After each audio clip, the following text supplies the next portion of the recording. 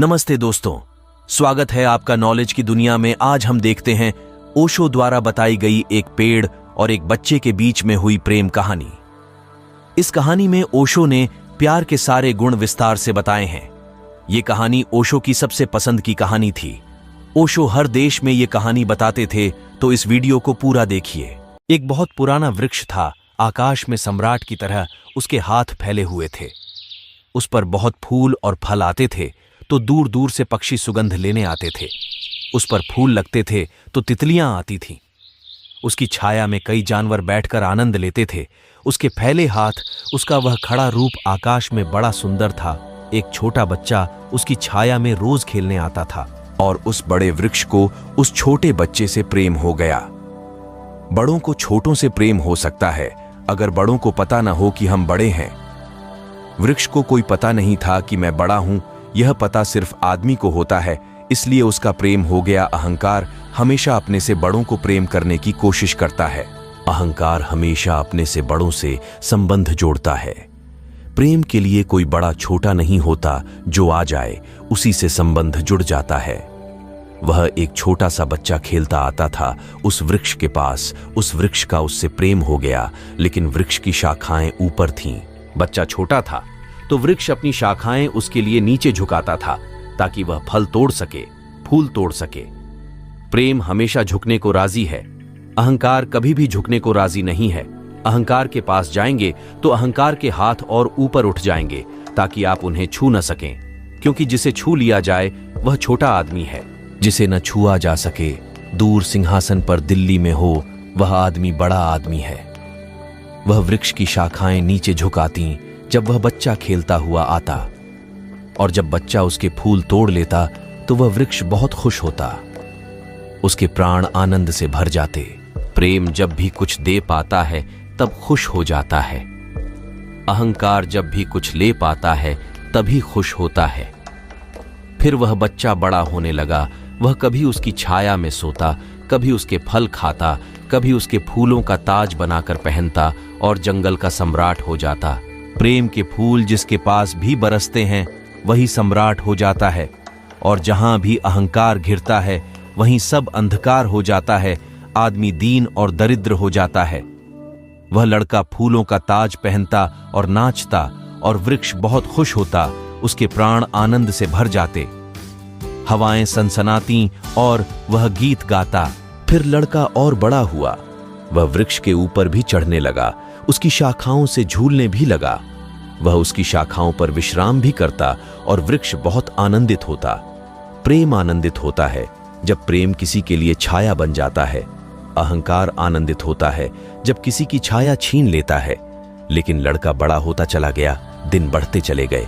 जब लड़का बड़ा हो गया तो उसे और दूसरे काम भी दुनिया में आ गए। महत्वाकांक्षाएं आ गईं। उसे परीक्षाएं पास करनी थीं। उसे मित्रों को जीतना था। वह फिर कभी कभी आता, कभी नहीं भी आता, लेकिन वृक्ष उसकी प्रतीक्षा करता कि वह आए, वह आए। उसके सारे प्राण पुकारते कि आओ, आओ, लेकिन वह कभी आता, कभी नहीं आता। तो वृक्ष उदास हो जाता। प्रेम की एक ही उदासी है, जब वह बांट नहीं पाता तो उदास हो जाता है। जब वह दे नहीं पाता तो उदास हो जाता है। और प्रेम की एक ही धन्यता है कि जब वह बांट देता है, लुटा देता है, तो वह आनंदित हो जाता है। फिर लड़का और बड़ा होता चला गया, और वृक्ष के पास आने के दिन कम होते चले गए। जो आदमी जितना बड़ा होता चला जाता है महत्वाकांक्षा के जगत में, प्रेम के निकट आने की सुविधा उतनी ही कम होती चली जाती है। उस लड़के की एम्बिशन, महत्वाकांक्षा बढ़ रही थी। कहां वृक्ष, कहां जाना। फिर एक दिन वहां से निकलता था तो वृक्ष ने उसे कहा, सुनो। हवाओं में उसकी आवाज गूंजी कि सुनो, तुम आते नहीं। मैं प्रतीक्षा करता हूं, मैं तुम्हारे लिए प्रतीक्षा करता हूं, राह देखता हूं। उस लड़के ने कहा, क्या है तुम्हारे पास जो मैं आऊं? मुझे रुपये चाहिए। अहंकार पूछता है कि क्या है तुम्हारे पास जो मैं आऊं? अहंकार मांगता है कि कुछ हो तो मैं आऊंगा, कुछ ना हो तो आने की कोई जरूरत नहीं। अहंकार एक प्रयोजन है, एक पर्पज है। प्रयोजन पूरा होता हो तो आऊं, प्रयोजन पूरा होता हो तो आऊं। अगर कोई प्रयोजन न हो तो आने की जरूरत क्या है? और प्रेम निष्प्रयोजन है। प्रेम का कोई प्रयोजन नहीं। प्रेम अपने में ही अपना प्रयोजन है। वह बिल्कुल पर्पजलेस है। वृक्ष तो चौंक गया। उसने कहा कि तुम तभी आओगे जब मैं कुछ तुम्हें दे सकूं। मैं तुम्हें सब दे सकता हूं। क्योंकि प्रेम कुछ भी रोकना नहीं चाहता। जो रोक ले वह प्रेम नहीं है, अहंकार रोकता है। प्रेम तो बेशर्त दे देता है, लेकिन रुपये मेरे पास नहीं हैं। ये रुपये तो सिर्फ आदमी की ईजाद है। वृक्षों ने यह बीमारी नहीं पाली है। उस वृक्ष ने कहा, इसीलिए तो हम इतने आनंदित होते हैं, इतने फूल खिलते हैं, इतने फल लगते हैं, इतनी बड़ी छाया होती है। हम इतना नाचते हैं आकाश में, हम इतने गीत गाते हैं, पक्षी हम पर आते हैं और संगीत का कलरव करते हैं, क्योंकि हमारे पास रुपये नहीं हैं। जिस दिन हमारे पास भी रुपये हो जाएंगे, हम भी आदमी जैसे दीनहीन मंदिरों में बैठकर सुनेंगे कि शांति कैसे पाई जाए, प्रेम कैसे पाया जाए। नहीं नहीं, हमारे पास रुपये नहीं हैं। तो उस लड़के ने कहा, फिर मैं क्या आऊं तुम्हारे पास? जहां रुपये हैं मुझे वहां जाना पड़ेगा। मुझे रुपयों की जरूरत है। अहंकार रुपया मांगता है, क्योंकि रुपया शक्ति है। अहंकार शक्ति मांगता है। उस वृक्ष ने बहुत सोचा, फिर उसे ख्याल आया, तो तुम एक काम करो, मेरे सारे फलों को तोड़कर ले जाओ और बेच दो तो शायद रुपये मिल जाएं। और उस लड़के को भी ख्याल आया। वह चढ़ा और उसने सारे फल तोड़ डाले, कच्चे भी गिरा डाले, शाखाएं भी टूटीं, पत्ते भी टूटे। लेकिन वृक्ष बहुत खुश हुआ, बहुत आनंदित हुआ। टूटकर भी प्रेम आनंदित होता है। अहंकार पाकर भी आनंदित नहीं होता, पाकर भी दुखी होता है। और उस लड़के ने तो धन्यवाद भी नहीं दिया, पीछे लौटकर भी नहीं देखा। लेकिन उस वृक्ष को पता भी नहीं चला। उसे तो धन्यवाद मिल गया इसी में कि उसने उसके प्रेम को स्वीकार किया और उसके फलों को ले गया और बाजार में बेचा। लेकिन फिर वह बहुत दिनों तक नहीं आया। उसके पास रुपये थे और रुपयों से रुपये पैदा करने की वह कोशिश में लग गया था। वह भूल गया। वर्ष बीत गए और वृक्ष उदास है और उसके प्राणों में रस बह रहा है कि वह आए उसका प्रेमी और उसके रस को ले जाए।